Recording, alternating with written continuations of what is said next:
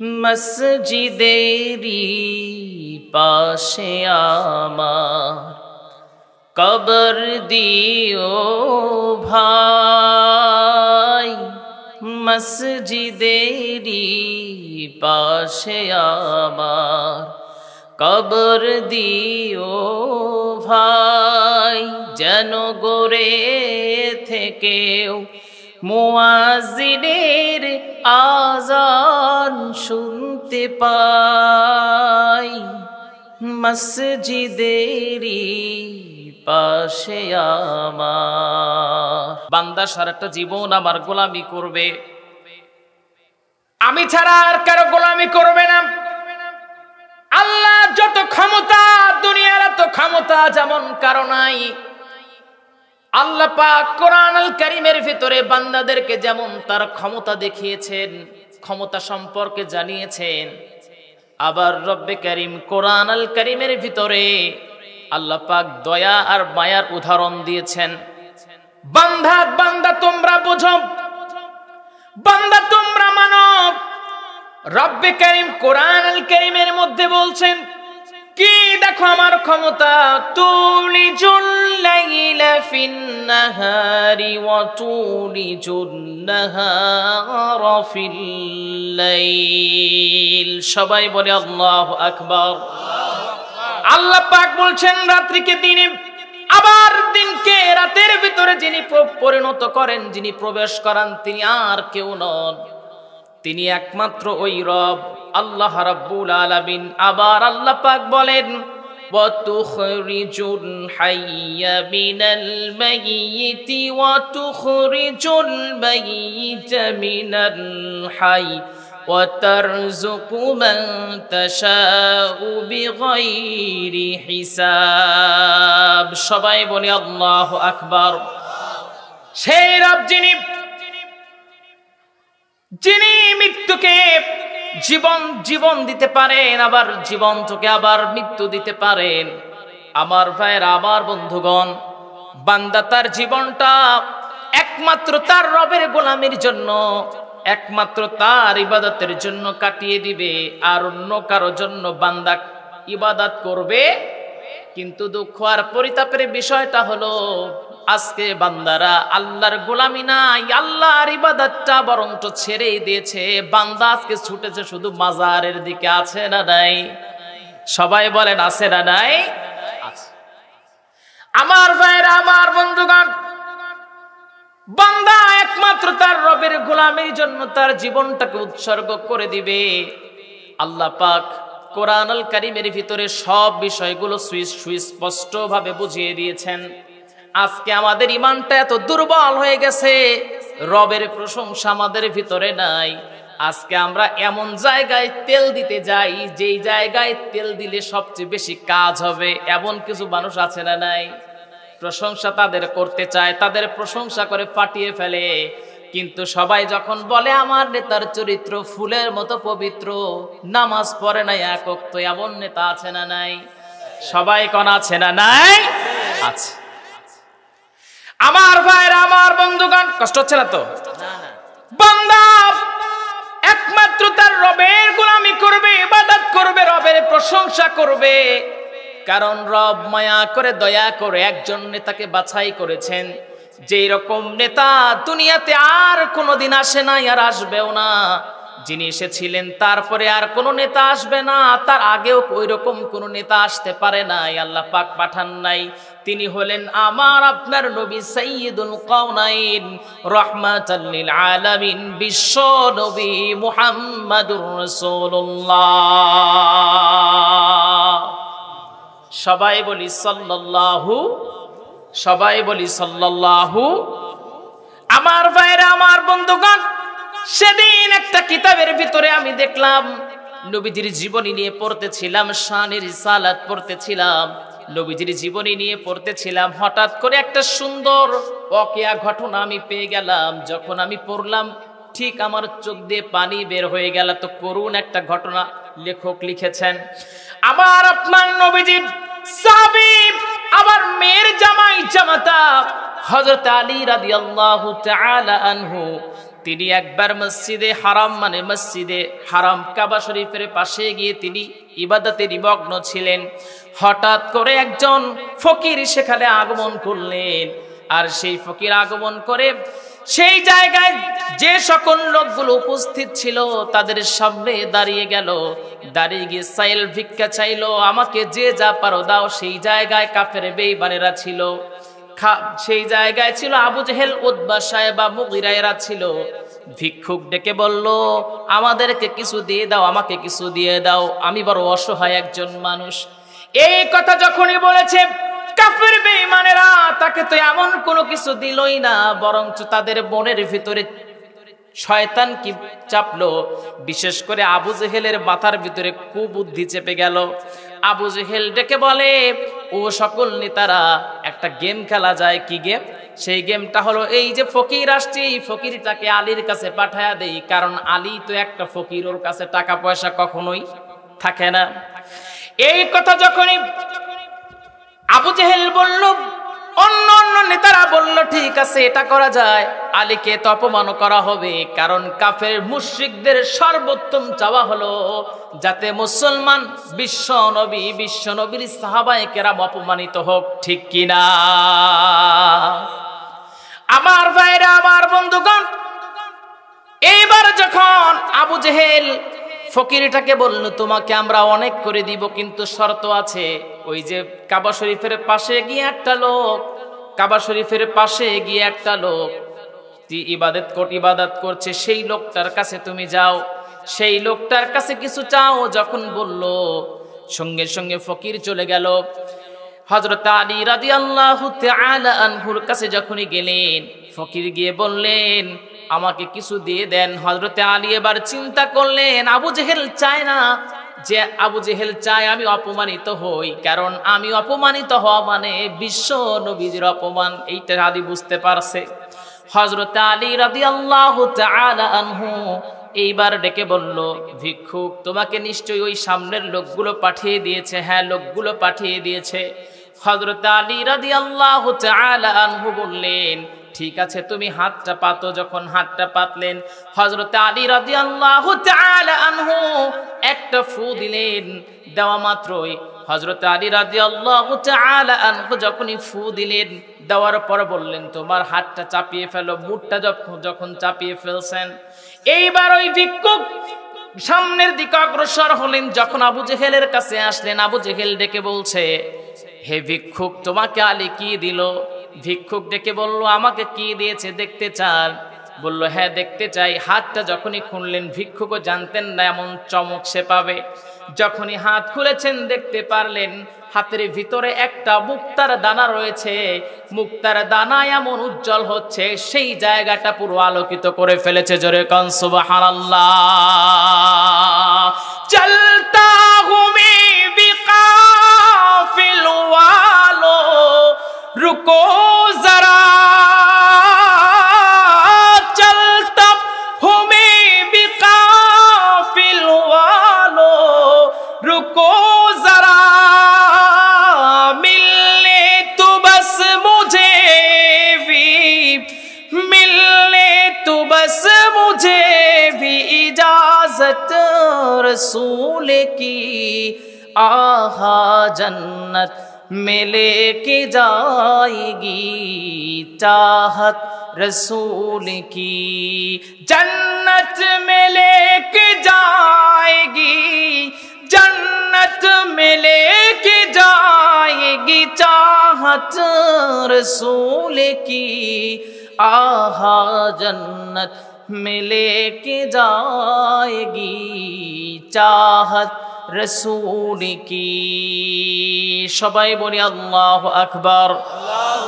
আর একটু জোরে বলি না আল্লাহু আকবার। এইবার আবু জেহেল হযরত আলীকে ডাকলেন আর বললেন, আলী, তোমার কাছে কিছুই তো নাই, তুমি ভিক্ষুকের মতো, তুমি একজন দরিদ্র, তোমার কিছুই নাই। হে আলী, তুমি মুক্তা পেলে কোথায়? সেই মুক্তা আবার দানও করছো, অথচ তোমার বাড়িতে চুলা জ্বলে না। হযরত আলী রাদিয়াল্লাহু তাআলা আনহু ডেকে বললেন, দেখেন আমার কাছে কিছুই ছিল না, আমার কাছে কিছুইও নাই, আমাকে যদি আপনারা চেক করেন আমার কোনো কিছুই পাবেন না। আবু জেহেল বলে, তোমরা তোমাদের নবী তো মিথ্যা কথা শিখায় নাই আলী, তুমি তো মিথ্যা কথা বলছো, তোমার ভিতরে মুক্তার দানা রেখে তুমি কেন মিথ্যা কথা বলো? হযরত আলী রাদিয়াল্লাহু তাআলা আনহু ডেকে বললেন, আমি তো মিথ্যা কথা বলি নাই, বরঞ্চ আমার নবী আমাদেরকে এমন এমন এমন জিনিস শিখিয়ে দিয়েছেন, সেই জিনিসটা পড়ে যদি আমরা যদি কোনো কিছুতে ফু দেই, সেই নিয়াত যদি করি, আল্লাহ রাব্বুল আলামিন সেটা পরিপূর্ণ করে দেন। জোরে কন্না সুবহানাল্লাহ, আর একটু জোরে জোরে কন্না সুবহানাল্লাহ, একটু জিকির করি লা ইলাহা। কয় লেখানে দেন না, কয় লেখানে দেন, লা ইলাহা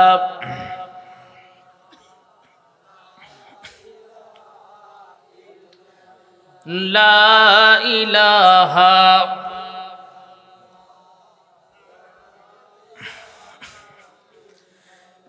লা ইলাহা ইল্লাল্লাহু ইল্লাল্লাহু ইল্লাল্লাহু ইল্লাল্লাহ লা ইলাহা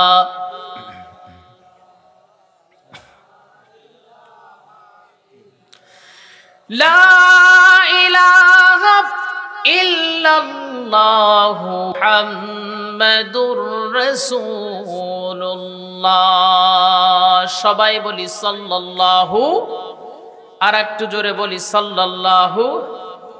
আমার ভাইরা, আমার বন্ধুগণ, আল্লাহ রাব্বুল আলামিন আমার আপনার নবীজির কত দাম দিয়েছেন, কত সম্মান দিয়েছেন, কিন্তু সেই নবীজিকে আজকে ইহুদিরা অপমান করতে চায়, খ্রিস্টানরা অপমান করতে চায়, বেদিনরা অপমান করতে চায়, সর্বোপরি মুসলমানের ভিতরে কিছু মুনাফিক আছে তারা অপমান করতে চায়, আবার নাস্তিকরা অপমান করতে চায়। আমরা সবাই এক বাক্যে জবান খুলে বলতে চাই, নবীজির অপমানে যদি কাঁদে না তোর মন, মুসলিম নয় মুনাফিক, তুই রাসূলের দুশমন। নবীজির অপমান কখনো মুসলমান সহ্য করতে পারে না, ঠিক কিনা? আমার বাবার গালি দাও সমস্যা নাই, মার গালি দাও কোনো সমস্যা নাই, কিন্তু নবীজিকে যদি অপমান করো, নবীজিকে যদি নিয়ে কটূক্তি করে কথা বলো, আল্লাহর কসম জিহ্বা টেনে ছিঁড়ে ফেলবো, ঠিক কিনা? এই যে কয়েকদিন আগে ম্যাক্রন আসছিল, ফ্রান্সের প্রেসিডেন্ট, এখানে যারা ইয়াং জেনারেশন যুবক ভাইরা আছেন তারা বুঝবেন, ম্যাক্রন এসেছিল এই দেশে, অথচ ফ্রান্সের ভিতরে প্রকাশ্যে সে অ্যানাউন্স করছে, ঘোষণা করে দিয়েছে যে তোমরা পারলে বিশ্বনবীর কার্টুন ছবি প্রদর্শন করো। নাউজুবিল্লাহ বলতে পারেন না? যে সাপোর্ট করলো সেই ম্যাক্রন আমাদের দেশে আসলো, রাষ্ট্রীয় সংবর্ধনা আমরা তার দিলাম। একটা জিনিস মনে রাখেন মুসলমান, নবীজিকে যারা অপমান করে, কটূক্তি করে কথা বলে, তারা যতই সম্মানিত হোক, তারা যতই দামি মানুষ হোক, মুসলমানদের চোখে তারা কুত্তা শিয়ালের চাইতেও নিকৃষ্ট, ঠিক কিনা? কষ্ট হচ্ছে আপনাদের? আমার ভাইরা, আমার বন্ধুগণ, আল্লাহ পাক যেমন নিজের ক্ষেত্রে ব্যবহার করেছেন, সবাই বলি আলহামদুলিল্লাহি রাব্বিল আলামিন। সমস্ত প্রশংসা একমাত্র আল্লাহর জন্য। আবার নবীর জন্য আল্লাহ পাক কত ছন্দ আকারে মিলিয়ে দিয়েছেন, ওয়া মা আরসালনাকা ইল্লা রাহমাতাল লিল আলামিন। আমার ভাইরা, আমার বন্ধুগণ, এই আয়াতটার ব্যাখ্যা আমি খুঁজতে গেলাম, খুঁজতে গিয়ে একটা সুন্দর উপস্থাপন আমি পেয়ে গেলাম। একটা জায়গায় নবীজি সাহাবায়ে কেরামদের নিয়ে বসে আছেন, ঠিক এমন সময় একটা উট আসলো। নবীজি যেমন মানুষের নবী, প্রত্যেকটা প্রাণী কুলের আবার নবী, একটা উট আসলো, বৃদ্ধ উট এসে আমার আপনার নবীজির সামনে এসে দাঁড়িয়ে ফেললো। একটু মনোযোগ দিয়ে আলোচনাগুলো শুনবেন, চোখের পানি যেন পড়ে যায়। আমার ভাইরা, আমার বন্ধুগণ, নবীজির সামনে সেই উটটা এসে চোখের পানি ছেড়ে ডাক দিয়ে বলে, ইয়া রাসূলুল্লাহ, ইয়া হাবিবাল্লাহ, হে নবীজি, আমি আজকে বড় কষ্ট নিয়ে আপনার সামনে এসেছি। ইয়া রাসূলুল্লাহ, আমার কষ্ট দুনিয়ার কেউ বুঝবে না, একমাত্র আপনি বুঝবেন। ইয়া রাসূলুল্লাহ, ইয়া হাবিবাল্লাহ, আমার মালিক বড় অত্যাচার করে। ছোটবেলা থেকে নিয়ে পর্যন্ত গরমের সময় আমার দিয়ে কাজ করিয়েছে, শীতের বেলায়ও কাজ করিয়েছে নবীজি। কিন্তু আজকে দেখা যায় আমি যখন বৃদ্ধ উপনীত হয়ে গেছি, তখন আমার মুনিব চায়, আমার মালিক চায় আমারে জবাই করে খেয়ে ফেলবে বা বিক্রি করে দিবে। ইয়া রাসূলুল্লাহ, আমি আপনার কাছে বিচার দিলাম, আপনি বিচার করে দেন। আল্লাহর নবী রাহমাতান লিল আলামিন ডেকে বলে, উঠ, তোমার মালিক কোথায়? ইতিমধ্যে মালিক এসে হাজির নবীর সামনে। আল্লাহর নবী বললেন, উটের মুনিব, তোমাকে একটা প্রশ্ন করি। উটের মুনিব এসে ডেকে বলে, ইয়া রাসূলুল্লাহ, ওই উটটা আপনার কাছে চলে আসছে, ওই উটের মালিক আমি। নবীজি বলেন, সেটা আমি জানি। আল্লাহর নবী বললেন, উটের মালিক, তোমাকে একটা প্রশ্ন করি। তুমি যদি সারাটা জীবন রবের গোলামি করো, ইবাদত করো, তাহলে তোমার রব তোমারে পুরস্কার হিসাবে কে দিবে? উটের মালিক ডেকে বলে, ইয়া রাসূলুল্লাহ, অবশ্যই আল্লাহ পাক আমারে এত সম্মান দিবেন, অবশ্যই আল্লাহ পাক আমারে মর্যাদা দিবেন। দুনিয়া থেকে রবের গোলামি করার পর আল্লাহ পাক অবশ্যই আমারে জান্নাত দিয়া দিবেন। লা ইয়াস্তাবি আসহাবুন নার আসহাবুল জান্নাহ, আসহাবুল জান্নাতি হুমুল ফাইজুন। সবাই বলে আল্লাহু আকবার। আমার ভাইরা, আমার বন্ধুগণ, জাহান্নাম আর জান্নাত, এই আয়াতটার ভিতরে আল্লাহ পাক বলেন, যারা জান্নাত পেয়ে গেছে তারাই তো সফল কাম হয়ে গেছে। একটা বিষয় আপনি মানবেন কিনা জানি না, দুনিয়াতে যদি আপনি আল্লাহর গোলামি করেন, আল্লাহর ইবাদত করেন, বিনিময়ে আল্লাহ পাক আপনারে জান্নাত দিবে, ঠিক কিনা? আমার ভাইরা, আমার বন্ধুগণ, উটের মালিক ডেকে বলে, ইয়া রাসূলুল্লাহ, ইয়া হাবিবাল্লাহ, আমি তো মানছি যে ইয়া রাসূলুল্লাহ, অবশ্যই ইয়া রাসূলুল্লাহ, ইয়া হাবিবাল্লাহ, অবশ্যই আল্লাহ আমারে জান্নাত দিবেন। উটের মালিক ডেকে, নবীজি ডেকে বলল, উটের মালিক, ঠিক আছে, সেটা আমি বুঝতে পারলাম, কিন্তু সারাটা জীবন তুমি উটটারে দিয়ে খাটালা, কষ্ট করালা, কিন্তু আজকে এই উটটাকে তুমি জবাই করে খেয়ে ফেলবা। সারাটা জীবন তোমার তো গোলামি করেছে, তোমার দাসত্ব করেছে উটটা। সঙ্গে সঙ্গে উটের মনিবটা বুঝতে পেরে বলে, ইয়া রাসূলুল্লাহ, আমি বুঝতে পেরেছি আপনি কি বলতে চান। ইয়া রাসূলুল্লাহ, ইয়া হাবিবাল্লাহ, আমি আপনার কাছে একটা জিনিস চাই, সেটা হলো আপনি যেটা বলবেন সেটার ভিতরে আমি আছি, কোনো সমস্যা নাই। আল্লাহর নবী, বিশ্ব নবী বললেন, ঠিক আছে, আমি তোমাকে 100 দিরহাম দিলাম, এই 100 দিরহামের বিনিময়ে তুমি উটটারে আমারে বিক্রি করে দাও। বিক্রি করে দিলেন। আল্লাহর নবী উটটাকে বললেন, উট, তোমাকে আমি মুক্ত করে দিলাম, তোমাকে আমি ছেড়ে দিলাম, তুমি চলে যাও। উটটার সঙ্গে সঙ্গে নবীজির কাছে ডেকে বলে, ইয়া রাসূলুল্লাহ, আপনার মতো দয়ার নবী দুনিয়াতে নাই। ইয়া রাসূলুল্লাহ, আমি আপনার কাছে 3টা জিনিস বলতে চাই। নবীজিকে বললেন, ইয়া রাসূলুল্লাহ, ইয়া হাবিবাল্লাহ, নবীজিকে কি যেন বললেন? আল্লাহর নবী বললেন, আমিন আমিন আমিন। এরপরে নবীজিকে প্রশ্ন কোন, নবীজিকে কি যেন কানের কাছে উট বললেন, নবীজি বললেন আমিন। আবার বললেন, নবীজি বললেন আমিন। তৃতীয়বার, চতুর্থবার যখন উট বললেন, সঙ্গে সঙ্গে নবীজি বাচ্চাদের মতো ফুপিয়ে ফুপিয়ে কান্না শুরু করে দিলেন। একটু মনোযোগ দিয়ে বুঝেন। আল্লাহর নবীর একজন সাহাবী ডেকে বললেন, ইয়া রাসূলুল্লাহ, ইয়া হাবিবাল্লাহ, উট কি বললো আপনার কাছে জানতে চাই। প্রথমে আমিন আমিন আমিন 3বার আমিন বললেন, তারপরে কেন কান্না করলেন? আমিন তো তখন বললেন না। আল্লাহর নবী বললেন, উট প্রথমে আমাকে বলল, ইয়া রাসূলুল্লাহ, ইসলাম এবং কোরআনের দোহাই দিয়ে আমি আল্লাহর কাছে প্রার্থনা জানাই, দুনিয়া এবং আখিরাতে রব্বে কারীম যাতে আপনার সম্মান বাড়ায় দেন। জোরে কোন সুবহানাল্লাহ। আমি নবীজি আমিন বলেছি। 2 নাম্বার উটটা আমাকে বলল, ইয়া রাসূলুল্লাহ, ইয়া হাবিবাল্লাহ, আমাকে যেমন আজকে আপনি এই যে মালিকের কাছ থেকে আপনি যেমন আমার হেফাজত করলেন, ইয়া রাসূলুল্লাহ, ওই হাসরের কণ্ঠকাকীর্ণ ময়দানে যেদিন সূর্য মানুষের মাথার আধা উপরে চলে আসবে, ওই কণ্টকাকীর্ণ ময়দানে নবীজি যাতে আল্লাহ রাব্বুল আলামিন আপনার গুনাহগার উম্মতদের যেন এমন করে হেফাজত করেন। 3 নাম্বার প্রশ্ন, 3 নাম্বার উট আমাকে ডেকে বলল, ইয়া রাসূলুল্লাহ, আপনি আমার মালিকের থেকে যেমন আমার রক্তটা হেফাজত করলেন, আমার মালিক তো আমার জবাই করে রক্ত প্রবাহিত করে ফেলতো। ইয়া রাসূলুল্লাহ, আমার রক্তটাকে যেমন আপনি হেফাজত করলেন, ঠিক আমি দোয়া করি যাতে কোনো কাফের বেঈমানেরা আপনার উম্মতদের উপরে কখনো কোনোদিন বিজয় অর্জন করতে না পারে, অত্যাচার করতে না পারে, রক্ত ঝরিয়ে যেন তারা বিজয় অর্জন করতে না পারে। নবীজি বলেছেন আমিন। চতুর্থবার উট আমাকে ডেকে বলল, ইয়া রাসূলুল্লাহ, ইয়া হাবিবাল্লাহ, ইয়া রাসূলুল্লাহ, হে আপনার উম্মতের ভিতরে যাতে কোনোদিন মারামারি না লাগে, মানে মুসলমান কখনো যাতে মারামারি না লাগে, তারা যেন একে অপরের বাজে ফতুয়াবাজি না করে, অপরকে যেন ঘৃণা না করে। নবীজি তখন বললেন, আমি তখনই আমিন বলবো, কিন্তু এর পূর্বে আমি অনেক এই দোয়া করেছি, কিন্তু আল্লাহ পাক দোয়া কবুল করেন নাই।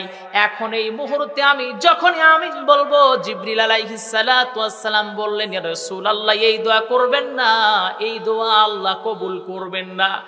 আল্লাহর নবী চোখের পানি ছেড়ে দিলেন, চোখের পানি ফেলে বললেন, এমন একটা সময় আসবে আমার উম্মতেরা তাদের মধ্যে দলাদলি করবে, মারামারি করবে, অপর ভাইদেরকে কাফের বেঈমানেরা হত্যা করবে, কিন্তু তারা সেটার দিকে তাকাবে না। আমার ভাইয়ের একটু আলোচনাটা বুঝেন। আজকে আপনি ইসরায়েলের দিকে তাকায় দেখেন, ইসরায়েলরা ফিলিস্তিনের মুসলমানদেরকে তারা হত্যা করেছে, ছোট ছোট বাচ্চাদেরকে দুনিয়া থেকে বিদায় করে দিচ্ছে। 57টা মুসলমান কান্ট্রি, সবাই যদি এক বাক্যে, যদি একসঙ্গে যদি সেই হযরতে ওমরের মতো, হযরতে আলীর মতো যদি তাকবীর দিত, আল্লাহর কসম সকল কাফের বেঈমানেরা মুসলমানদের থেকে, মধ্যপ্রাচ্য থেকে পালাতে বাধ্য হতো, ঠিক কিনা? আমার ভাই একটা জিনিস ফলো করেন, আজকে মুসলমান হাত কোথায় বাঁধবে এটা নিয়ে মারামারি আছে না নাই? হ্যাঁ, মিলাদ পড়া যাবে কি যাবে না এটা নিয়ে মারামারি। হ্যাঁ, এই যে ফতুয়াবাজি, এই যে মারামারি, স্টেজের ভিতরে প্রশ্ন দেওয়া হচ্ছে। আমি দূরের একটা প্রোগ্রামে যাচ্ছিলাম, আমি দেখতে পেলাম লেখা আছে মসজিদে আহলে হাদিসের মসজিদ। ইচ্ছা করলো যে ওদের যদি পাইতাম লাঠি দিয়ে পিটে একদম পুরো চামড়া তুলে ফেলতাম। মসজিদ তো আল্লাহর ঘর, আহলে হাদিসের মসজিদ আছে নাকি? হ্যাঁ, ওর কি বাবার? হ্যাঁ, এদিকেও আছে। আমার ভাইয়ের, আমার বন্ধুগণ, না না থাকতেই তো পারে, আমি তো ই করতেছি না, কিন্তু ওই মসজিদে লেখা আছে আহলে হাদিসের মসজিদ, তার মানে আমরা তো আহলে হাদিস না, তাহলে কি আমরা ঢুকতে পারবো না? হ্যাঁ, আমার ভাইয়েরা, আমার বন্ধুগণ, কোরআনুল কারীমের ভিতরে আল্লাহ রাব্বুল আলামিন সুন্দর করে জানিয়ে দিয়েছেন। আল্লাহ পাক বলছেন, মা কানা লিল মুশরিকিনা আইয়াবুরু মাসাজিদাল্লাহ। সবাই বলি আল্লাহু আকবার। আল্লাহ পাক বলছেন, যারা কুফরি বিশ্বাস করে, যারা কুফরিকে স্বীকার করে, তাহারা আল্লাহর মসজিদের রক্ষণাবেক্ষণ করবে, এটা কখনোই হতে পারে শাহিদিনা আলা আনফুসিহিম বিল কুফর উলাইকা হাবিতাত আ'মালুহুম ওয়া ফিন্নারি হুম খালিদুন। সবাই বলি আল্লাহু আকবার। আমার ভাইরা, আমার বন্ধুগণ, যারা কুফরিকে লালন করে তারা কোনোদিন কোনোভাবে মুসলমানেরা মসজিদের আবাদ করতে পারবে না। আলোচনাটা একটু মনোযোগ দিয়ে বোঝেন, আমি সামনে অগ্রসর হচ্ছি। এই যে মসজিদে আকসা, কোরআন আল কারীমের ভিতরে 5টা মসজিদের কথা এসেছে। মসজিদে হারাম, মসজিদে নববী, মসজিদে আকসা, মসজিদে কুবা, মসজিদে জেরার, 5টা মসজিদের কথা আসছে। আমার ভাইরা, আমার বন্ধুগণ, এই 5টা মসজিদ নিয়ে একটু বিস্তারিত আলোচনা করতে চাই, শুনবেন নাকি? আমার ভাইরা, আমার বন্ধুগণ, এই মুসলিম এই মসজিদগুলো রব্বে কারীম কোরআনুল কারীমের ভিতরে সুস্পষ্টভাবে 5টা মসজিদ সম্পর্কে বলেছেন। এই যেমন তার মধ্যে মসজিদে আকসা, এই মসজিদে আকসা কাফের বেঈমান মানে ইহুদিরা আজকে পরিচালিত করতে চায় কোরআনুল কারীমের ভাষায়, অবশ্যই সেটা কখনোই হতে পারে না। আমার ভাইরা, এখানে আমি 2টা পয়েন্ট পেয়েছি। আমার আপনার নবীজির দাদা আব্দুল মুত্তালিব যখন তিনি কাবা শরীফের মুতাওয়াল্লি ছিলেন, ঠিক এমন সময় আব্রাহা চেয়েছিল কাবা শরীফকে ধ্বংস করবে। কাবা শরীফের অনুরূপ আরেকটা কাবা শরীফ সে নির্মাণ করেছিল। কিছু কিছু যুবক পোলাপান রাত্রে বেলায় গিয়া আব্রাহার সেই কাবা শরীফের ভিতরে একদম ডাইরেক্ট মেরে দিছে। আব্রাহার রাগ হয়ে গেল। আব্রাহা চাইলো কাবা শরীফকে ভেঙে ফেলবে, সেই জন্য সে একটু গন্ডগোল বাজানোর জন্য কাবা শরীফের যে মোতাওয়াল্লি আব্দুল মুত্তালিব নবীজির দাদা, সেই আব্দুল মুত্তালিবের কিছু উট দুম্বাগুলো নিয়ে আসলো। আব্দুল মুত্তালিব আব্রাহার কাছে গেলেন। আব্রাহার কাছে গিয়ে বললেন, আব্রাহা আমার উট দুম্বাগুলো দিয়ে দাও, আমি তো কোনো অপরাধ করি নাই। আব্রাহা ডেকে বলল, আব্দুল মুত্তালিব আমি তো মনে করেছিলাম তুমি মনে হয় আমার কাছে উট দুম্বা চাইবা না, মসজিদের রক্ষণাবেক্ষণের জন্য চাইবা। আব্দুল মুত্তালিব ডেকে বলল, আব্রাহা এই উট দুম্বার মালিক বর্তমান দুনিয়াতে আমি, কিন্তু কাবা শরীফের মালিক তো আমি নই। আমি আজকে তোমার কাছে এই জিনিসগুলো চাইতে এসেছি, কিন্তু আমি মসজিদের জন্য কিছুই বলবো না, কারণ যার মসজিদ হেফাজত করবেন তিনি। জোরে কান সুবহানাল্লাহ। আমার ভাইরা, আমার বন্ধুগণ, এই কথা যখনই বললেন আব্রাহা সব উট দুম্বাগুলো দিয়ে দিল। আব্দুল মুত্তালিব চলে আসলেন। আমার ভাইরা, এই জায়গায় ফলো করে দেখেন, আব্দুল মুত্তালিব সেই জায়গায় বলেছিল যার মসজিদ সেই রক্ষণাবেক্ষণ করবে। আব্রাহা ধ্বংস করতে এসেছিল, কিন্তু ধ্বংস করতে পারে নাই। যেমন সূরা ফিল একটা সূরা, কিন্তু বিমান আবিষ্কারের একটা উত্তম মাধ্যম হলো এই সূরা। আমার ভাইয়ের, এই যে বিমান আবিষ্কার হলো, বিমান আবিষ্কার হয় না, রাইট ভাতৃদ্বয় ফ্রান্সের 2জন ভাই, তারা চিন্তা করলো পাখি কত সুন্দর করে ল্যান্ড করে, কত সুন্দর করে উড়ে যায়। তখন তারা কোরআনের এই আয়াতটাকে ফলো করলো, সূরাটাকে ফলো করলো, এই সূরাটাকে ফলো করে তারা বিমান আবিষ্কার করে ফেললো। আমার ভাইরা, আমার বন্ধুগণ, বিজ্ঞানের যত থিওরি, সকল থিওরি একটা কিতাবের ভিতরে দিয়ে দিয়েছেন যিনি, তিনি কে? আব্দুল মুত্তালিব ওই দিন বাধা দেয় নাই। কিন্তু আজকে যদি ফিলিস্তিনের মুসলমানেরা বলে ওই মসজিদটাকে হেফাজতের দায়িত্ব আল্লাহর, আমরা কিছুই বলবো না, সেটা হবে না।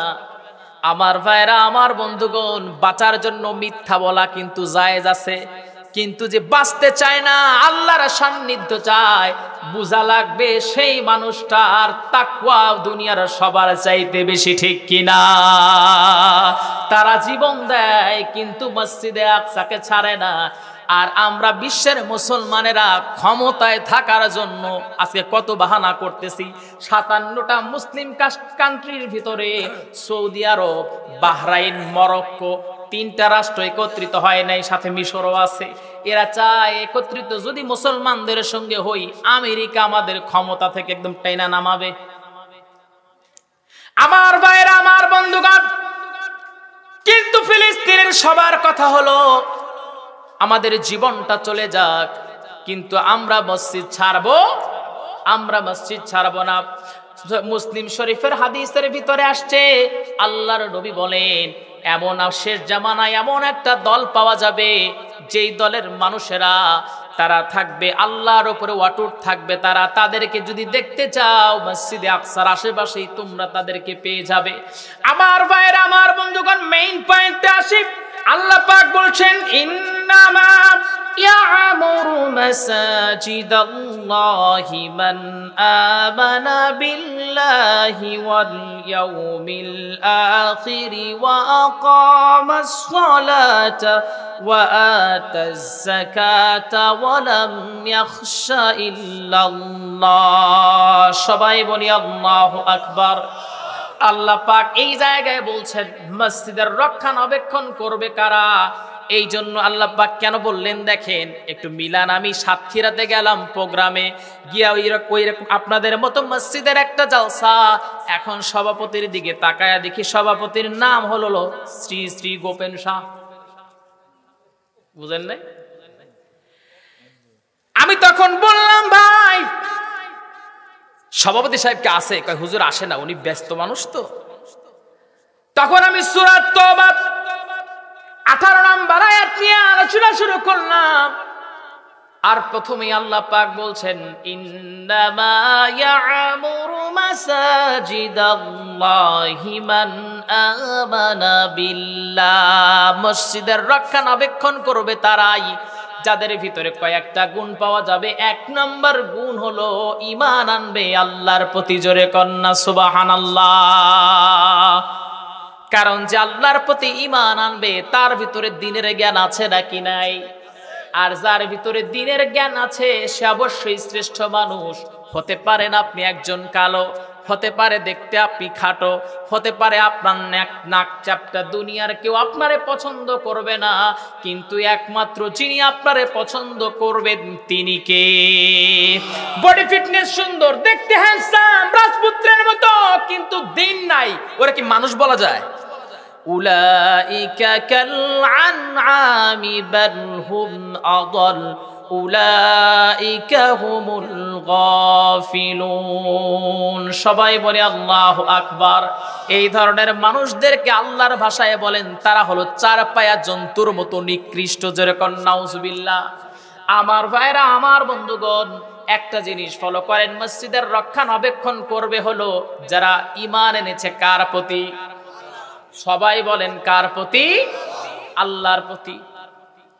কারণ যে আল্লাহর প্রতি ঈমান আনছে, মসজিদের সভাপতি, সেক্রেটারি, ক্যাশিয়ার অবশ্যই যদি আল্লাহর প্রতি ঈমান আনে তাহলে টাকাগুলো হেফাজতে থাকবে।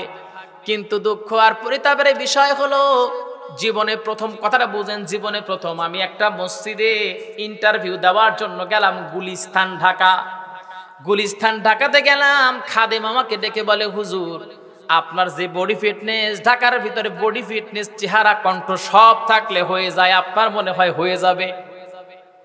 এইবার আমাকে খাদেম ডেকে বলে ভাই, কিন্তু দুঃখ আর পরিতাপের বিষয়টা হলো আমাদের মসজিদের এই কমিটি 5 বছর হলো ক্ষমতা দখল করে আছে। আমি বললাম একটু আড়ালে আসেন, কারণটা কি? লোকটা বলে হুজুর কারণটা কি জানতে চান? কারণ এই মসজিদে প্রত্যেকটা সপ্তাহে লক্ষ টাকার উপরে কালেকশন দেয়, মানে লক্ষ টাকার উপরে মানুষ এখানে দান করে যায়। মসজিদের সেক্রেটারি, সভাপতি এখান থেকে একটা ভাগ পায়, সেই জন্য ক্ষমতা ছাড়তে চায় না। জোরে কোন সুবহানাল্লাহ। আমার ভাইরা, আমার বন্ধুগণ, ওরা ওদের ভিতরে অবশ্যই ওরা ঈমান এনেছে, কিন্তু ওরা প্রকৃত মুসলমান হতে পারে নাই। প্রকৃত মুসলমান যে ঈমান আনবে, 1 নাম্বার তার দায়িত্ব হলো যে ঈমান এনেছে 1 নাম্বার গুণের ভিতর তার হলো 1 নাম্বার গুণ। আমার ভাইরা, আমার বন্ধুগণ, একটা জিনিস ফলো করবেন কিনা জানি না, আমার আপনার প্রিয় নবীজির যত সাহাবী ছিলেন সকলের ভিতরে ঈমান ছিল কি ছিল না? সবাই বলি ছিল কি ছিল না? ছিল। আমার ভাইরা, আমার বন্ধুগণ, নবীজির একজন সাহাবী ছিলেন যার নাম ছিল হযরতে বিলাল রাদিয়াল্লাহু তাআলা আনহু। ঈমান আনছেন, ঈমান আনার পরে নবীজির ঈমান আনার পরে কত দাম তার বেড়ে গেল। হযরতে বিলাল রাদিয়াল্লাহু তাআলা আনহুর উপরে অত্যাচারের স্টিম রোলার উমাইয়া চাপিয়ে দিয়েছিল। হযরতে বিলাল কিন্তু ইস্তেকামত ছাড়ে নাই, ঈমান ছেড়ে দেয় নাই। এত অত্যাচার হযরতে বিলালকে করা হলো, কিন্তু হযরতে বিলাল রাদিয়াল্লাহু তাআলা আনহু ঈমান ছাড়েন নাই। হযরতে বিলালকে মরুভূমির ভিতরে যখন নিয়ে যাওয়া হতো, মরুভূমির ভিতরে হযরতে বিলালকে বুকের উপর পাথর চাপিয়ে দেওয়া হতো, মরুভূমির উত্তপ্ত বালির উপরে শুয়ায় দিয়া বুকের উপরে যখন পাথর চাপিয়ে দেওয়া হতো, বিলাল রাদিয়াল্লাহু তাআলা আনহু বলতেন আহাদ আহাদ, আল্লাহ এক, আল্লাহ আমার রব, এই রবি আমার সব, দমে দমে তনু মনে তারি অনুভব, আল্লাহ আমার রব, এই রবি আমার সব। ঠিক কিনা? আমার ভাইরা, আমার বন্ধুগণ, উমাইয়া এবার রেগে গিয়ে বলল, বেলাল, যে মুখ দিয়ে তুমি আল্লাহর নাম উচ্চারণ করো বেলাল, সেই মুখ আমি একদম নষ্ট করে দিব। বাবলা গাছের কাঁটা নিয়ে আসলেন। বাবলা গাছের কাঁটা নিয়ে আসার পর মুখের ভিতরে, জিহ্বার ভিতরে সেইটা ঢুকায়া দিলেন, মুখটারে ফুটা করে দিলেন, পেরেক ঢুকিয়ে দিলেন। মনোযোগ দিয়ে শোনেন, হযরতে বেলালের মুখখানা বন্ধ করে দিলেন, জিহ্বাটা একদম ফুটা করে দিলেন। আর বললেন, বেলাল, যেই জিহ্বা দিয়ে তুমি আল্লাহর জিকির করো সেই জিহ্বাটাকে আমি একদম শেষ করে দিলাম। হযরতে বেলাল রাদিয়াল্লাহু তাআলা আনহু ডেকে বললেন, উমাইয়া, আমার জিহ্বাটাকে যদি তুমি ফুটা করে দাও, আমার শাহাদাত আঙ্গুলিকে তুমি নষ্ট করতে পারবা না। হযরতে বেলাল রাদিয়াল্লাহু তাআলা আনহু আকাশের দিকে শাহাদাত আঙ্গুলি দিয়ে তিনি সাক্ষী দিলেন, আশহাদু আল্লাহ ইলাহা ইল্লাল্লাহু ওয়া আশহাদু আন্না মুহাম্মাদান আবদুহু ওয়া রাসূলুহু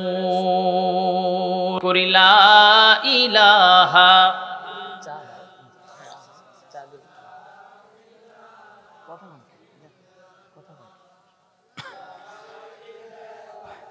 লা ইলাহা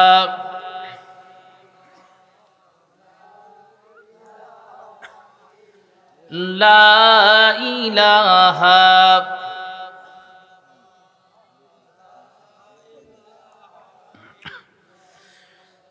ইল্লাল্লাহু ইল্লাল্লাহু ইল্লাল্লাহু ইল্লাল্লাহ লা ইলাহা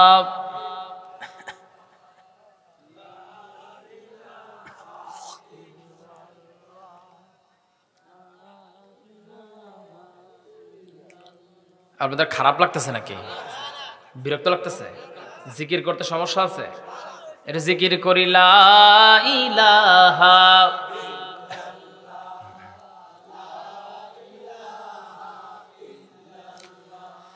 লা ইলাহা ইল্লাল্লাহু মুহাম্মাদুর রাসূলুল্লাহ।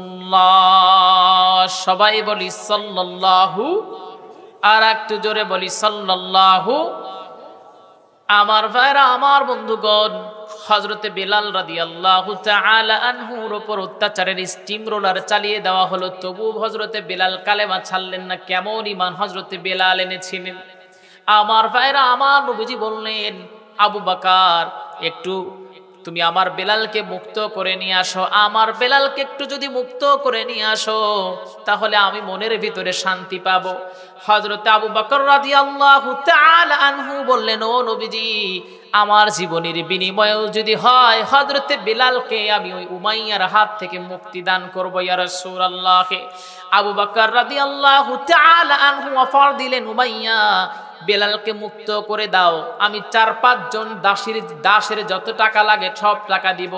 সব টাকা দিয়ে হযরতে বেলালকে যখন মুক্ত করে নিয়ে আসলেন, হযরতে বেলাল রাদিয়াল্লাহু তাআলা আনহু হাঁটতে পারেন না, চলতে পারেন না। 2 জন সাহাবীর কাঁধের উপরে ভর করে হযরতে বেলাল যখন নবীজির সামনে এসে দাঁড়ালেন, দাঁড়িয়ে বলে, ইয়া রাসূলুল্লাহ, আমার দেহের দিকে তাকায়া দেখেন, আমার দেহের ভিতরে ব্লেড দিয়ে চেরা হয়েছে।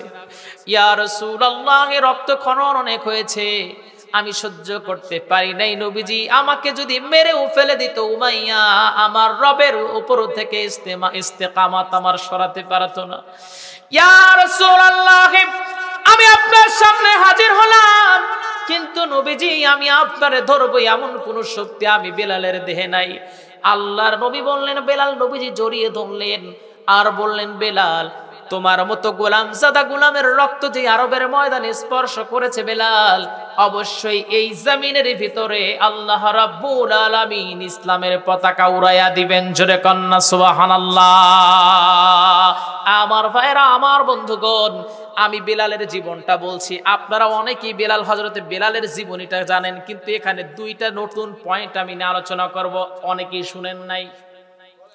আমার ভাইরা, আমার বন্ধুগণ, হযরতে বেলাল রাদিয়াল্লাহু তাআলা আনহুকে নবীজি দায়িত্ব দিলেন, একটা দায়িত্ব। সেই দায়িত্ব হলো মসজিদের মুয়াজ্জিন নবীজি নিযুক্ত করে দিলেন। হযরতে বেলাল আজান দিতেন, 5 ওয়াক্ত আজান দিতেন। একদিন সাহাবীরা এসে বলল, কিছু সাহাবী বলল, ইয়া রাসূলুল্লাহ, বেলাল তো শুদ্ধ করে আজান দিতে পারে না। নবীজি বললেন, শুদ্ধ করে আজান দিতে পারে না, কারণটা তোমরা সবাই জানো, বেলালের জিহ্বা ফুটা। হযরত বেলাল রাদিয়াল্লাহু তাআলা আনহু নবীজির কাছে এবার সাহাবীরা নালিশ দিলেন, ইয়া রাসূলুল্লাহ, ইয়া হাবিবাল্লাহ, বেলালকে আপনি সরাইয়া দেন, নতুন একজন মুয়াজ্জিন নিযুক্ত করা হোক, যেই মুয়াজ্জিনের কণ্ঠ সুরেলা সুন্দর, তার কণ্ঠ সুন্দর, চেহারাও সুন্দর, সহি করে আজান দিতে পারবে। আল্লাহর নবী বললেন, ঠিক আছে। নতুন মুয়াজ্জিন নিযুক্ত করা হলো।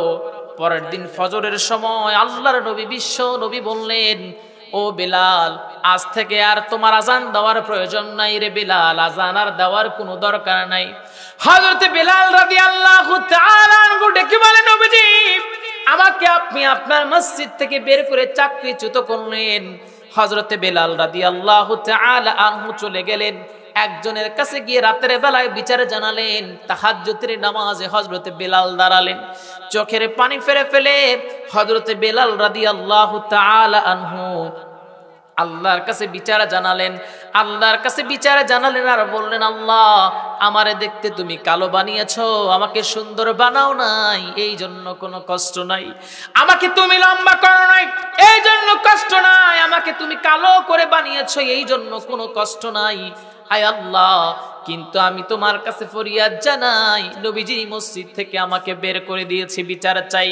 আল্লাহ পাক কুরআন আল কারীমের ভিতরে জানিয়ে দিয়েছেন, আলাইসাল্লাহু বিআহকামিল হাকিমিন। সবাই বলি আল্লাহু আকবার। উত্তম বিচারক কে? আমার ভাইরা, আমার বন্ধুগণ, বেলালের উপরে যেমন অত্যাচার করা হয়েছিল, আজকে এমন কোরআনের পক্ষে অবস্থান নেওয়ার কারণে অনেক মুসলমান ভাইদের উপর অত্যাচার করা হয়, জুলুম করা হয়, নির্যাতন করা হয়, এলাকার ভিতরে থাকতে পারে না। একটা কথা জেনে রেখে দিন, আল্লাহ পাক ধরে না। যেদিন আল্লাহ ধরবে সেদিন কিন্তু ছাড়বে না, ঠিক কিনা? কষ্ট হয় আমার ভাইরা, আমার বন্ধুগণ। হযরত বিলাল রাদিয়াল্লাহু তাআলা আনহু এইবার যখন নামাজে তিনি দাঁড়ালেন, আল্লাহর কাছে বিচার তিনি জানায়া দিলেন। পরের দিন সকালবেলা নবীজি মসজিদে আসলেন, নতুন মুয়াজ্জিন সুললিত কণ্ঠে সুন্দর করে আজান দিয়ে দিলেন। কিন্তু সুবহে সাদেক আর হয় না, সূর্য উদিত হয় না। আল্লাহর নবী বিশ্ব নবী বললেন, আল্লাহর নবী বিশ্ব নবী দাঁড়িয়ে আছেন, অপেক্ষা করেছেন, সাহাবায়ে কেরাম অপেক্ষা করেছেন। হযরতে জিবরিল আলাইহিস সালাতু ওয়াস সালাম আসলেন আর ডেকে বললেন, ইয়া রাসূলুল্লাহ, আজকে আজান হবে না নাকি? আল্লাহর নবী বললেন, জিবরিল, আজান তো হয়ে গেছে। বিশ্ব নবী যখনই বললেন জিবরিল আজান হয়ে গেছে, হযরতে জিবরিল আলাইহিস সালাতু ওয়াস সালাম ডেকে বলে, ইয়া রাসূলুল্লাহ, কারে দিয়ে আজান দেওয়ালেন? আজান তো আসমানে পৌঁছায় নাই।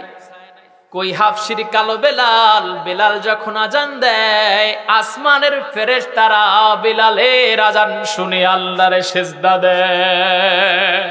আল্লাহু আকবার। হযরতে বেলাল রাদিয়াল্লাহু তাআলা আনহু কই, হযরতে বেলাল যদি আজান না দেয়, নবীজি কিয়ামত পর্যন্ত পূর্ব দিগন্ত থেকে আর কোনোদিন সূর্য উদিত হবে না। আমার ভাইরা, আমার বন্ধুগণ, কেমন ঈমান এনেছিলেন? উমাইয়া অত্যাচার করেছে, আর আমরা কেমন ঈমান এনেছি? জুলুম আমাদের উপরে আসে না।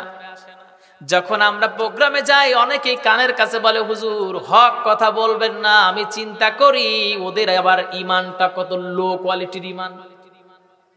আমার ভাইরা, আমার বন্ধুগণ, হযরতে বেলাল সম্পর্কে আল্লাহ রাব্বুল আলামিন জানিয়ে দিলেন, ইয়া রাসূলুল্লাহ, হযরতে বেলালের আর 7টা দিন সময় আছে। একটু মনোযোগ দিয়ে শুনেন, হযরতে বেলালের আর 7টা দিন সময় আছে। হযরতে বেলাল দুনিয়া থেকে বিদায় হয়ে যাবে। ও নবীজি, এই 7 দিনের ভিতরে হযরতে বেলাল দুনিয়া থেকে বিদায় হয়ে যাবেন। আল্লাহর নবী সাহাবায়ে কেরামদেরকে ডাকলেন আর বললেন, সাহাবীরা শোনো, আমার বেলাল দুনিয়া থেকে বিদায় হয়ে যাবে, আর 7টা দিন সময় আছে, বিয়ে করানো দরকার হযরতে বেলালকে। এমন কথা যখনই নবীজি বললেন, 4 জন সাহাবীর উপর দায়িত্ব নিযুক্ত করা হলো। আবু বকর, ওমর, উসমান আর আলী রাদিয়াল্লাহু তাআলা আনহুর উপর দায়িত্ব ন্যস্ত করা হলো। দায়িত্বটা হলো, আপনারা মেয়ে খুঁজবেন, মেয়ে খুঁজে আপনারা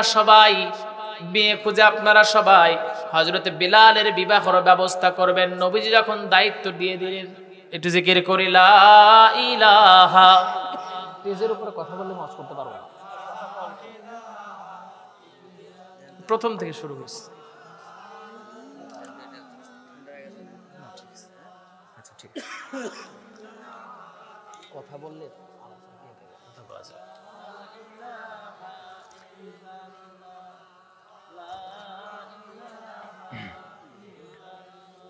লা ইলাহা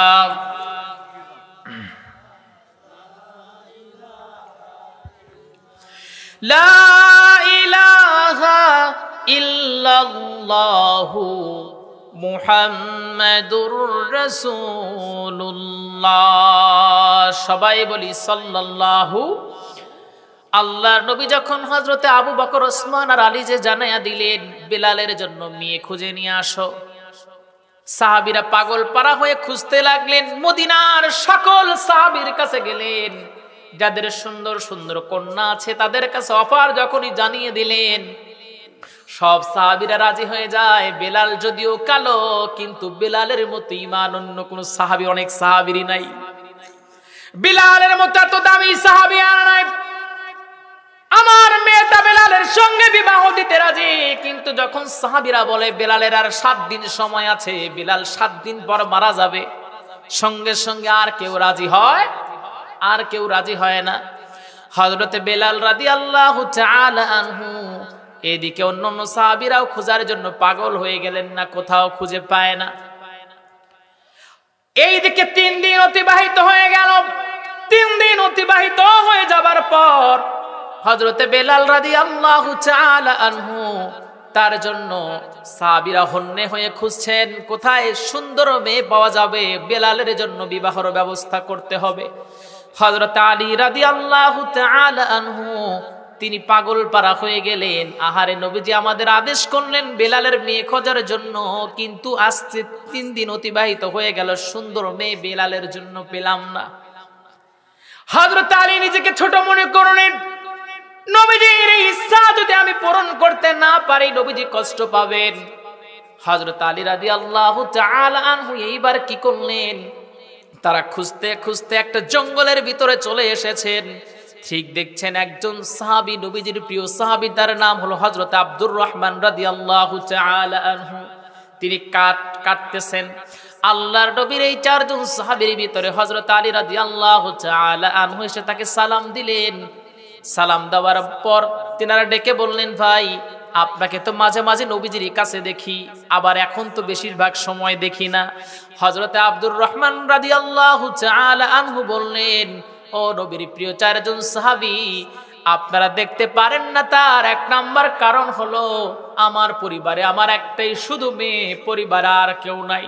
যেহেতু আমি জঙ্গলের ভিতরে বসবাস করি, না জানি কখন কে এসে আমার মেয়েটাকে আক্রমণ করে হত্যা করে ফেলে, কোন কাফের বেঈমান হত্যা করে ফেলে, আমার মেয়েটাকে ধর্ষণ করে ফেলে। এই কথা যখনই বললেন, হযরত আলী রাদিয়াল্লাহু তাআলা আনহু বললেন, তোমাকে একটা প্রস্তাব দেই। সেই প্রস্তাবটা কি? হযরতে বেলালকে বিয়ে করাবো। আব্দুর রহমান রাদিয়াল্লাহু তাআলা আনহু ডেকে বললেন, আলী, এটা তো উত্তম প্রস্তাব দিয়েছেন কে?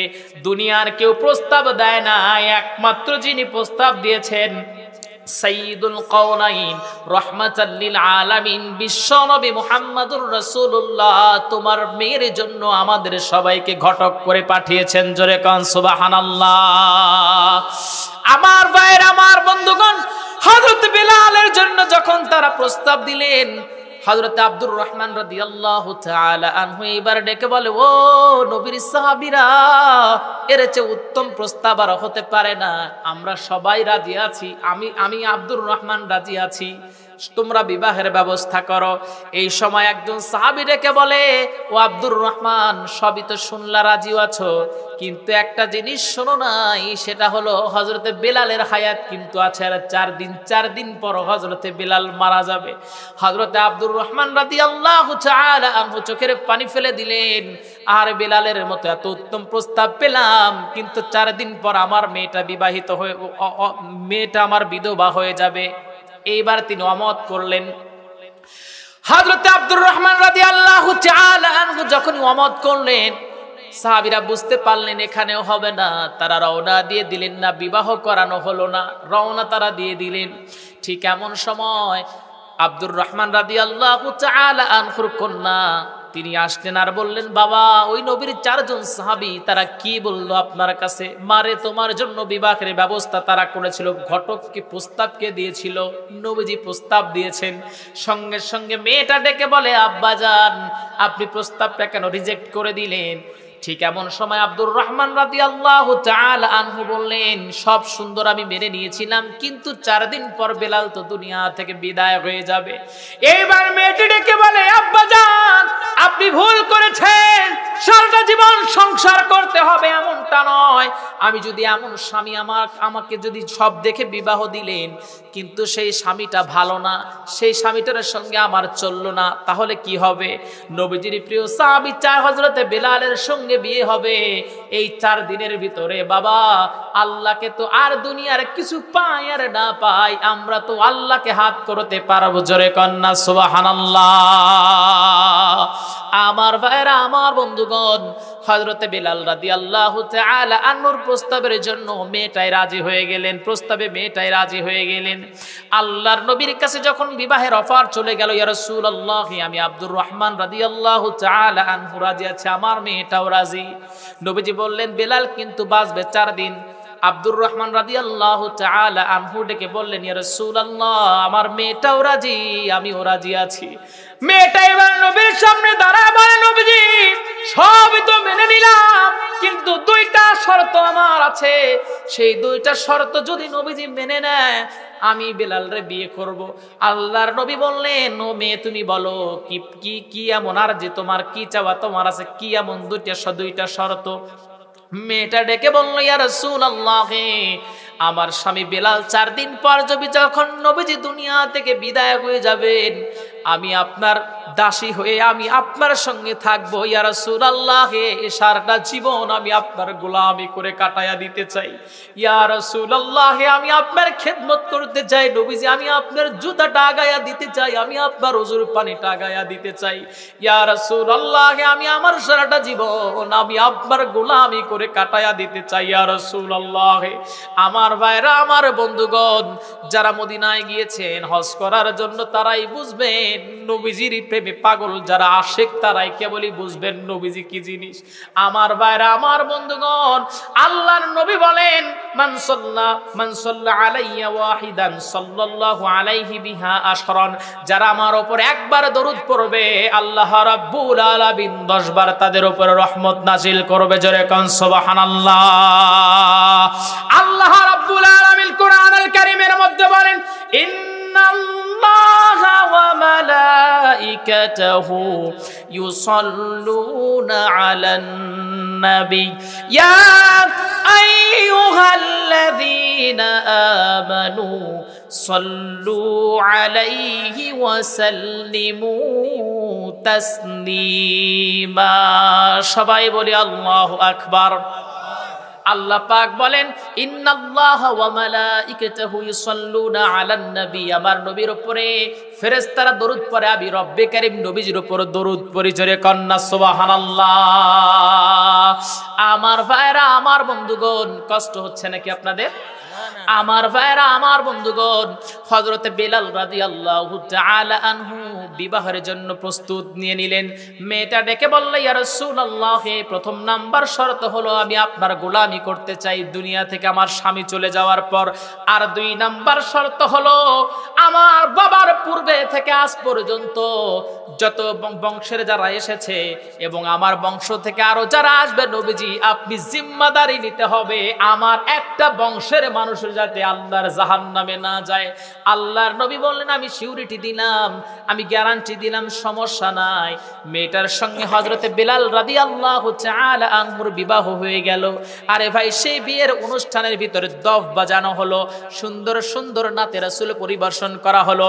কিন্তু দুঃখ আর পরিতাপের বিষয়টা হলো, আজকে মুসলমানদের বিয়ে হয়, মুসলমানদের বিয়ের ভিতরে ডিজে যদি না বাজে বিয়েই শুদ্ধ হয় না। ঠিক কি না?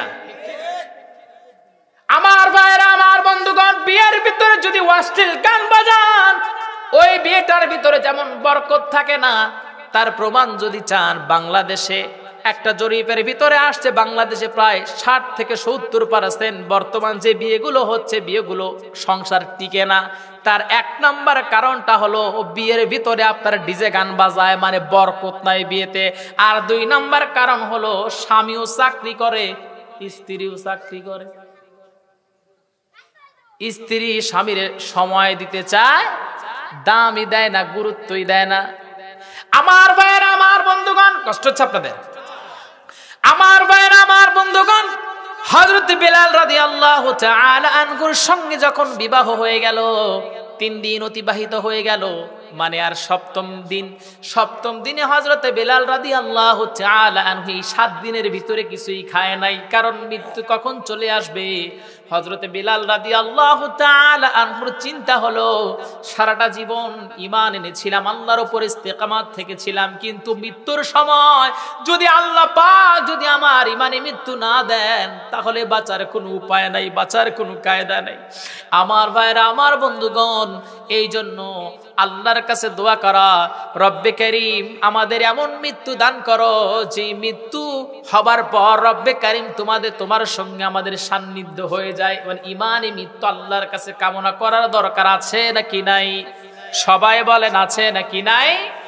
আমার ভাইরা, আমার বন্ধুগণ, হযরত বেলালের স্ত্রী ডেকে বলে, প্রাণের স্বামী আপনি টেনশন করবেন না। হযরত বেলাল বললেন, স্ত্রী আমার বড় ক্ষুধা পেয়েছে, কয়েকদিন কিছুই খাই নাই, তুমি একটু রুটি বানাও, বাড়িতে আর কি আছে। হযরত বেলাল রাদিয়াল্লাহু তাআলা আনহুর স্ত্রী বললেন, বাড়িতে 9টা খেজুর আছে, 9টা খেজুর। তিনি রুটি বানালেন, রুটি বানানোর পর 7টা রুটি হলো। কয়টা রুটি? 7টা রুটি হলো। হযরত বেলাল রাদিয়াল্লাহু তাআলা আনহু সেই 7টা রুটির ভিতরে 2 জন মিলে, স্বামী আর স্ত্রী মিলে 4টা করে রুটি খেলেন, আর 3টা রুটি রইল, আর 4টা খেজুর রইল। হযরত বেলাল রাদিয়াল্লাহু তাআলা আনহু বললেন, বিকালের দিকে খাবো, আজকে আমার শেষ দিন, আজকে রাত্রি বেলায় আমি দুনিয়া থেকে বিদায় হয়ে যাব, স্ত্রী আমারে তুমি মাফ করে দিও। কারণ নবীজি বলেছেন, যদি কোনো স্বামী বলে আমার স্ত্রী ভালো ছিল, তাহলে সেই স্বামীটা আল্লাহর জান্নাতে যাবে। যদি কোনো স্বামী বলে আমার স্ত্রী ভালো ছিল, তাহলে সেই স্ত্রী আল্লাহর জান্নাতে যাবে। আবার কোনো স্ত্রী যদি বলে আমার স্বামী ভালো ছিল, সেই স্বামীটা আল্লাহর জান্নাতে চলে যাবে। ও প্রাণের স্ত্রী, এই 4টা দিনের ভিতরে, 4টা রাতের ভিতরে না জানি তোমারে আমি কোন দিকে কষ্ট দিয়ে ফেলেছি, আমারে তুমি মাফ করে দিও। হযরত বেলালের স্ত্রীও, তিনিও মাফ চাইলেন স্বামীর কাছে। ঘরের ভিতরে কান্নার রোল পড়ে গেছে দুইজনের। এত প্রেম, এত ভালোবাসা, দুনিয়া থেকে তারা বিদায় হতে চান না, ছিন্ন হতে চান না। হযরত বেলাল প্রস্তুতি নিয়ে ফেললেন, 3টা রুটি আর আছে। ঠিক এমন সময় কে যেন দরজায় নক করে। দরজায় নক করে হযরত বেলাল ডেকে বললেন, স্ত্রী একদিকে কষ্ট হলো, দুনিয়া থেকে তোমাকে ছেড়ে চলে যেতে হবে, আর একটা আনন্দ হলো, যদি আল্লাহ পাক আমার ঈমানে মৃত্যু দেন, আমি আমার রবের সামনে তাড়াতাড়ি দেখা হবে, তাড়াতাড়ি দিদার নসিব হয়ে যাবে। জোরে কন্না সুবহানাল্লাহ, আর একটু জোরে জোরে কন্না সুবহানাল্লাহ। আমার ভাইরা, আমার বন্ধুগণ, হযরত বেলালের স্ত্রী যখন দরজাটা খুলে দিলেন, খুলে দেওয়া মাত্রই হযরত বেলালের স্ত্রী দেখতে পেলেন আড়াল থেকে একজন ফকির, একজন ভিক্ষুক এসেছেন। চুলগুলো উস্কো খুস্কো, জামাটা প্রায় ময়লা যুক্ত, এমন একজন ভিক্ষুক এসেছেন। বললেন, বাড়িতে কে আছো, আমাকে একটু খাবার দিয়ে দাও, আমি সহ্য করতে পারি না, আজ 7টা দিন হলো আমি কিছুই খাই না। হযরতে বেলাল ডেকে বলল, বিবি কে এসেছে? বিবি ডেকে বলল, প্রাণের স্বামী। কে যেন এসেছে, যেই মানুষটা চুলগুলো উস্কো খুস্কো ফকির বেশে এসেছে। যেই মানুষটা খাবার চায়, হযরতে বেলাল রাদিয়াল্লাহু তাআলা আনহু 3টা রুটি দিয়ে দিলেন, বললেন রুটি 3টা দিয়ে দাও। 3টা রুটি যখন নিয়ে তিনি খেতে বসেছেন, দরজার মাঝখানে সেই ভিক্ষুক। ঠিক এমন সময় আজরাইল আলাইহিস সালাতু ওয়াস সালাম এসেছেন। আজরাইল আলাইহিস সালাতু ওয়াস সালাম, ইমাম গাজ্জালী রাহিমাহুল্লাহ তিনি লিখেছেন, যখন এই ফকিরটা দরজার মাঝখানে বসে যখন রুটিগুলো খাচ্ছিলেন, ঠিক এমন সময় আজরাইল আলাইহিস সালাতু ওয়াস সালাম এসে বলে, আমাকে যেতে দাও, দরজা দিয়ে প্রবেশ করতে দাও। ভিক্ষুক বলে, আজ 7টা দিন হলো খাই নাই, মাত্রই খাইতে বসছি, ডিস্টার্ব করো না। জোরে কান সুবহানাল্লাহ। আজরাইল ডেকে বলে, ডিস্টার্ব করো না, আমাকে তাড়াতাড়ি যেতে দাও, আমার কাজটা সম্পন্ন করতে দাও, আল্লাহর আদেশ, আমি কোনোদিন এরকম বৃথা যাই নাই।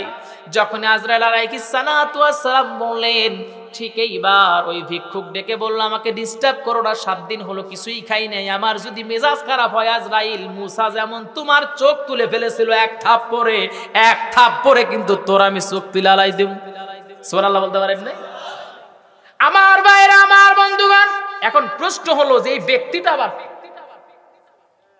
আমার ভাইরা, আমার বন্ধুগণ, আলোচনা লম্বা আমি করতে চাই না, কিন্তু আরো আয়াতের আরো অংশ বাকি আছে, শুনবেন তো নাকি? শেষ পর্যন্ত শোনা যাবে না ইনশাআল্লাহ। একটু জিকির করি, লা ইলাহা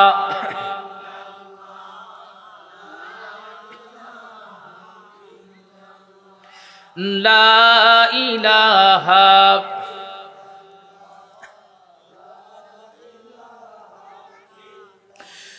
লা ইলাহা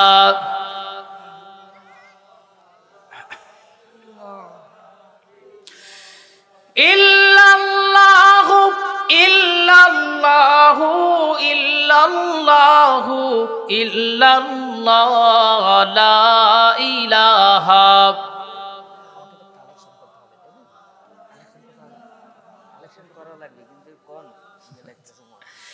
লা ইলাহা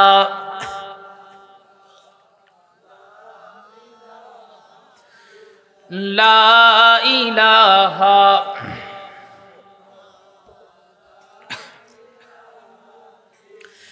লা ইলাহা ইল্লাল্লাহু মুহাম্মাদুর রাসূলুল্লাহ। সবাই বলি সাল্লাল্লাহু, সবাই বলি সাল্লাল্লাহু।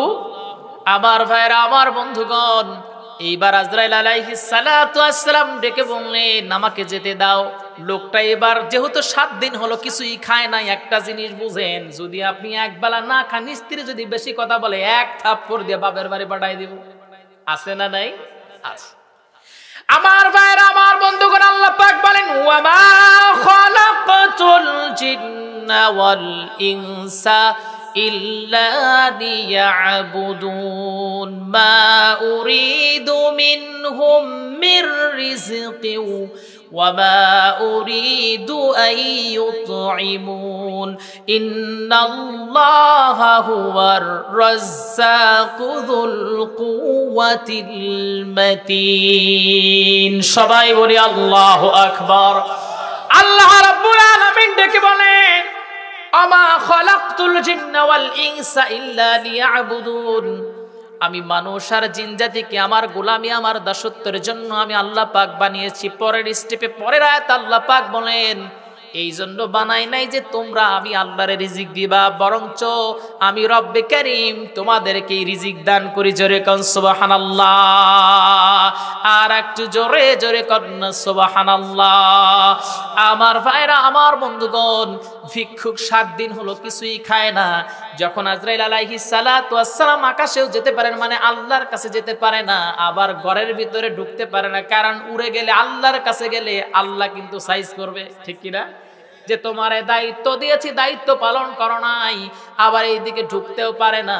যখন বলেছে আমাকে আমার দায়িত্বটা পালন করতে দেন, এইবারে সেই ভিক্ষুক ঘুরে দাঁড়াইছে, হাতে একটা লাঠি ছিল। আমার ভাইরা, আমার বন্ধুগণ, আল্লাহ রাব্বুল আলামিন পরের স্টেপে বলেন,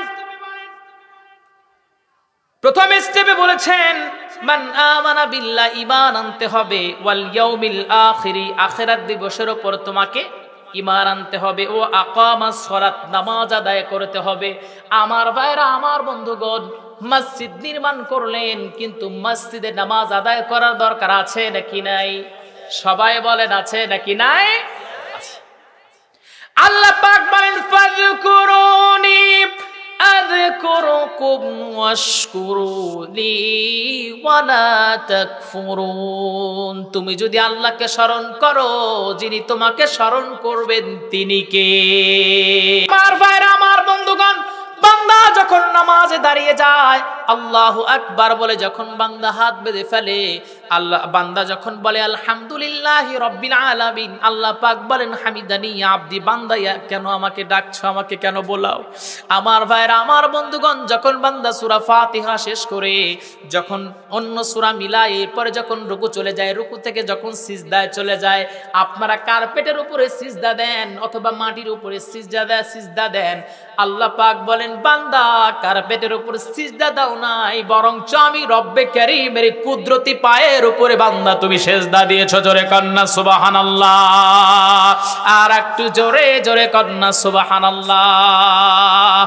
আমার ভাইরা, আমার বন্ধুগণ, নবীজি নামাজের কথা বলেছেন। নবীজি বলেছেন সল্লু কামা রাআইতুমুনি উসাল্লি, নামাজ পড়ো যেমন করে আমি নবীজি নামাজ পড়ি।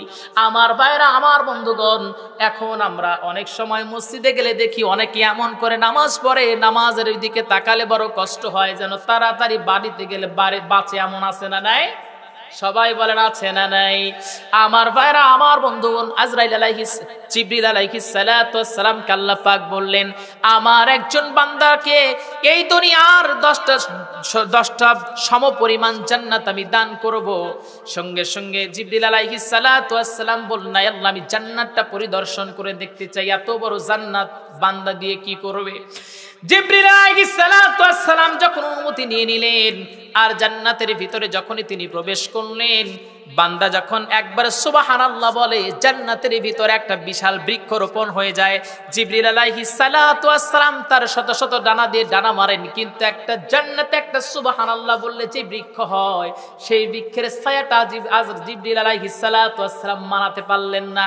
আল্লাহর কাছে এসে ডেকে বললেন আল্লাহ, এত বড় জান্নাত দিয়ে বান্দা কি হবে? বান্দা কি এত বড় জান্নাত, ছোট একটা বান্দা এত বড় জান্নাত দিয়ে কি হবে? জিবরিল আলাইহিস সালাতু ওয়াস সালাম যখনই বললেন, আল্লাহ পাক বললেন ঠিক আছে, তাহলে তুমি মসজিদে নববীতে চলে যাও। আমার একটা বান্দা আছে যে মসজিদে সবার আগে ঢুকবে, সবার শেষে বের হবে, তার কাছে যাও, তার কাছে গিয়ে তুমি কিছু প্রশ্ন করো। জিবরিল আলাইহিস সালাতু ওয়াস সালাম যখন গেলেন মসজিদে, তিনি ফলো করলেন যে আগে প্রবেশ করেন, আবার যিনি সর্বশেষ বের হলেন, বের হওয়া মাত্রই জিবরিল আলাইহিস সালাতু ওয়াস সালাম তার হাতখানা চেপে ধরলেন আর ডেকে বললেন, ভাই আমি আপনার কাছে প্রশ্ন রাখতে চাই, এই মুহূর্তে বলেন জিবরিল আলাইহিস সালাতু ওয়াস সালাম কই আছে? সঙ্গে সঙ্গে নবীর সাহাবী চক্ষু বন্ধ করলেন, চক্ষু বন্ধ করে বললেন, ভাই নিশ্চয়ই আপনি হলেন সেই জিবরিল আলাইহিস সালাতু ওয়াস সালাম। সুবহানাল্লাহ বলতে পারেন না?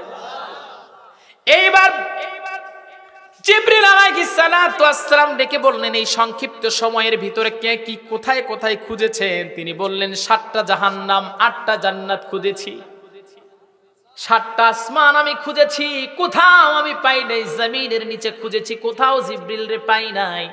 জান্নাত জাহান্নাম সব খুঁজে কোথাও আমি জিবরিল রে পাই নাই। তার মানে হলো আমার সামনে যিনি দাঁড়িয়ে আছেন তিনিই হলেন জিবরিল আলাইহিস সালাতু ওয়াস সালাম। জোরে কোন সুবহানাল্লাহ।